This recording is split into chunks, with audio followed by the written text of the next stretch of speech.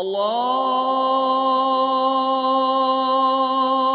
Akbar. Bukan karena orang-orang buruk, orang dolim itu dominan, bukan. Tapi karena diemnya orang-orang baik. Sehingga karena diemnya orang-orang baik, tidak mau ngomong, tidak berbicara, padahal itu bidangnya dia, tidak mau ngomong. Akhirnya keburukan itu merajalela.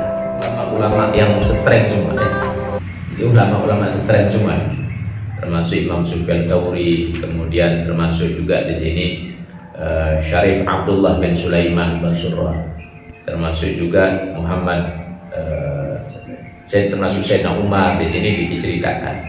Jadi kisah-kisah daripada orang-orang yang lurus semuanya, termasuk Imam Ja'far Shadiq. Jadi kisah-kisahnya diangkat di sini untuk menjadi rujukan bahwa begitulah ulama-ulama itu bersikap. Tapi memang resikonya berat, seperti yang pernah kita angkat kisahnya Imam Sufyan Tsauri misalnya. Beliau itu kan dikejar-kejar juga sampai wafat itu masih dalam pelarian beliau. Dalam pelarian beliau. Pada itu muhaddis besar. Pada zamannya rujukan umat itu besar, bahkan ulama itu rujukannya ke beliau. Ulama itu merujuk ke beliau, ya. Imam Sufyan Tsauri. Nah, di mana muhaddis yang terunggul pada generasinya. Nah, jadi resikonya berat menjadi orang-orang yang dia tetap lurus dalam bersikap. Namun jika tidak seperti itu, ya agama ini akan semakin diremehkan. Seperti saat ini kita melihat, coba kita lihat Indonesia ini, seberapa banyak ulama, ribuan ulamanya, ribuan. Tapi yang mau bisa atau berani bersikap untuk tegas itu dihitung jari. Yang bersikap tegas, ya. Nah, kalau muncul orang-orang tegas, ya risikonya berat. Kalau tidak diambil, ya di penjara dan seterusnya. Tapi artinya bahwa kondisinya sudah seperti ini. Nah, semakin mereka diam, semakin keburukan itu merajalela. Maka sebenarnya orang-orang buruk itu ketika mereka berbuat buruk bukan karena mereka dominan, bukan karena orang-orang buruk, orang dolim itu dominan, bukan. Tapi karena diamnya orang-orang baik. Sehingga karena diamnya orang-orang baik, tidak mau ngomong, tidak berbicara, padahal itu bidangnya dia, tidak mau ngomong, akhirnya keburukan itu merajalela. Maka orang-orang baik, orang-orang bukan merasa baik, ya, kalau merasa diri paling baik tidak boleh, tetap tidak benar. Cuman kan ada barometernya. Oh ini benar, oh ini tidak benar. Orang-orang benar tuh harus ngomong bahwa oh ini salah, ini tidak benar, oh ini melanggar, ini tidak boleh dilakukan.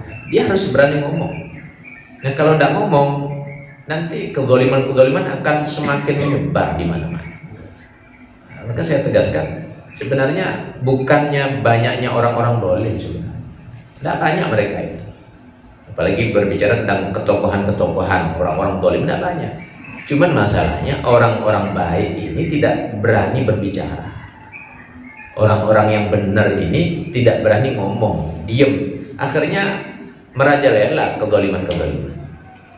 Jadi kalau demikian harus kita mengambil sikap minimal ya jangan ridho, ya. Nabi sallallahu alaihi wasallam menyatakan bahwa akan terjadi pengangkatan pemimpin di antara kalian itu, di mana kalian mengetahui tingkah laku, seluk-beluk mereka, kebiasaan mereka yang baik-baik.